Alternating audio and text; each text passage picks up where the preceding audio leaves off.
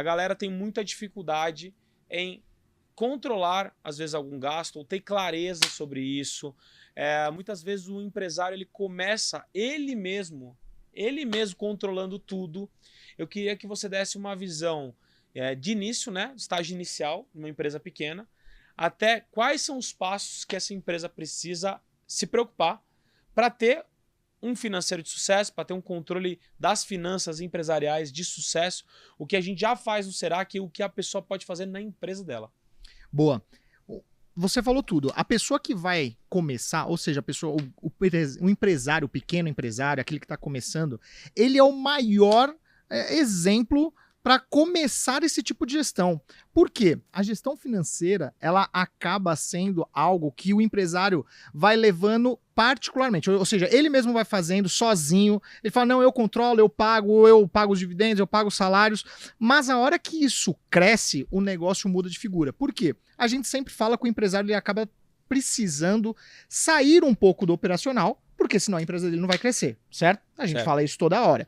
Se ele vai sair desse operacional, ele tem que sair do operacional total. Do financeiro é um exemplo também. Por quê? Senão ele vai ficar lá pagando conta, ao invés de participar de masterminds, ir pra rua, vender a sua empresa, a imagem, enfim. Se ele ficar preso nessa parte operacional também, cara, não vai dar, ele não vai ter tempo. Então, o pequeno empresário, ele tem tudo na mão. Ele pode já começar desde o início, que é mais simples. Quando você acaba começando, tem poucas contas, tem poucos funcionários para pagar. Ou seja, se você começar desde o início, controlar o seu financeiro, eu sou pequeno, eu tenho 5 funcionários, 2, 3, 10. Se você começar assim, quando você estiver maior, você já vai ter um caminho bem traçado em relação a essa gestão financeira, que é tão importante e que poucas pessoas, vamos dizer assim, hoje em dia, né, estão fazendo. Eu vejo muito empresário, ele deixando de controlar as finanças por 2 motivos, né, na minha cabeça. O primeiro, porque no começo, tudo bem, ele tá certo, ele tem que ganhar muito dinheiro, tem que vender, e a gente ensina que é o pilar principal, e aí ele acaba esquecendo de controlar. E o segundo é porque ele não tem confiança em alguém para mexer no dinheiro dele. Então, como você vê quando o empresário ele quer realmente implantar um financeiro dele, quais são os primeiros passos, o que ele deve delegar, o que ele não deve delegar, tá certo no começo ser ele mesmo a fazer tudo, não tá certo? Você já respondeu, poxa, ele tem que sair ali dessa parte operacional para fazer um negócio mais estratégico, fazer um negócio acontecer, não ficar controlando conta e tal. Mas dá a dica para o pequeno empresário que quer montar um financeiro, quer ter mais resultados, o que ele pode cuidar disso muito bem. Isso é bom, porque lógico, você não precisa sair totalmente no começo, porque às vezes você não tem caixa, né, para investir em equipe, você não tem caixa para investir em tudo isso, mas assim que você conseguir um recurso e você começar já a ter uma pessoa para pelo menos tirar aquele grosso, né, que a gente fala, aquele grosso que agendar conta, né, negociar alguma coisa que você precisa com o banco, com algum fornecedor, enfim, cobrar os clientes, né, na parte de contas a receber. Se você já conseguir tirar este grosso, você já vai conseguir ir treinando essa pessoa até a hora de um dia você conseguir dar poderes, por exemplo, para pagar realmente uma conta até X valor. Ou seja, no começo, tira o grosso. Tira a parte que você vai conseguir lá, eu não quero mais agendar no banco um pagamento.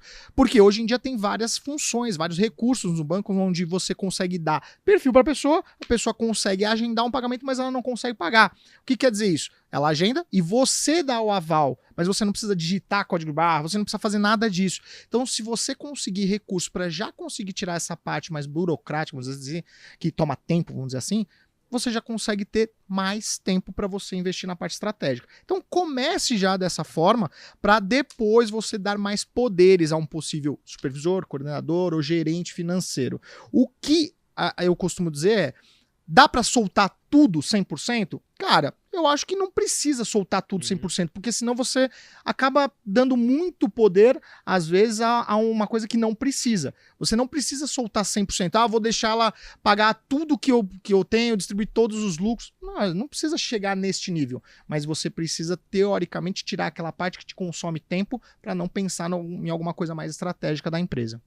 E aí, consumir tempo é muito relativo, né? Eu vejo muitos empresários, você que é empresário, você vai lembrar disso quando eu falar. Poxa, meu negócio é pequeno, a gente já foi pequeno, a gente sabe como que é. Ah, não me toma tanto tempo. Não me dá tanto trabalho, são poucas contas, mas quanto será que custa o seu tempo? Quanto será que você poderia estar investindo melhor o seu tempo em decisões ou ações mais estratégicas?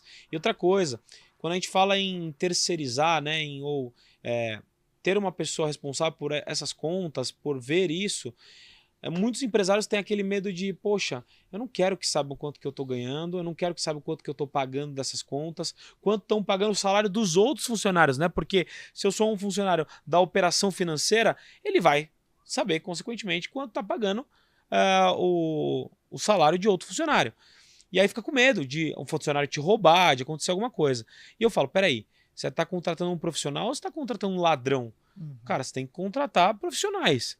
Pode ter algum tipo de desafio ou até de desconfiança? Pode, mas você tem que treinar a pessoa. Você tem que contratar o caráter dela. Muitas vezes é difícil você escolher isso, você selecionar isso, mas não dá pelo simples fato de falar assim, não, poxa, eu não confio que eu não vou realmente terceirizar isso, eu não vou delegar isso. Então você precisa delegar, porque se você imaginar, as maiores empresas, elas crescem e o dono da empresa, ele não faz ideia do que passa no financeiro, ele só faz ideia do que chega no bolso dele. Então, assim, ele não se preocupa com custos, ele não se preocupa com a operacionalização. A gente falou de operacionalização, né? Vamos falar agora de custos. Qual que é a melhor forma que você vê hoje para controlar gastos, controlar custos? Quais são os principais gastos hoje que você vê que uma empresa precisa se preocupar, né? Qual que é a margem ideal, dependendo do tamanho da empresa? Existe uma margem ideal? Não existe? Como que você vê essa questão dos gastos? Os gastos, a gente costuma falar, né, que despesa é igual unha, você tem que estar lá cortando a todo momento, né, sempre, tendo uma rotina de cortar despesas ou diminuir despesas. E é exatamente o que você fala sobre vendas. Você fala assim, pô, tô cansado de falar que tem que ter equipe de vendas e etc. E eu estou cansado de falar, mas eu vou continuar falando para vocês que despesas e custos vocês precisam controlar sempre. Vocês precisam ter, ou você que ainda não tem uma equipe, você precisa estar atento a isso a todo momento, ou pelo menos cíclico, né? Algum de tempos em tempos, tá? E aí você vai colocar o que você acredita ser interessante para isso, mas custo e despesa você tem que estar atento a todo momento. E eu não vou cansar de falar que vocês precisam controlar isso.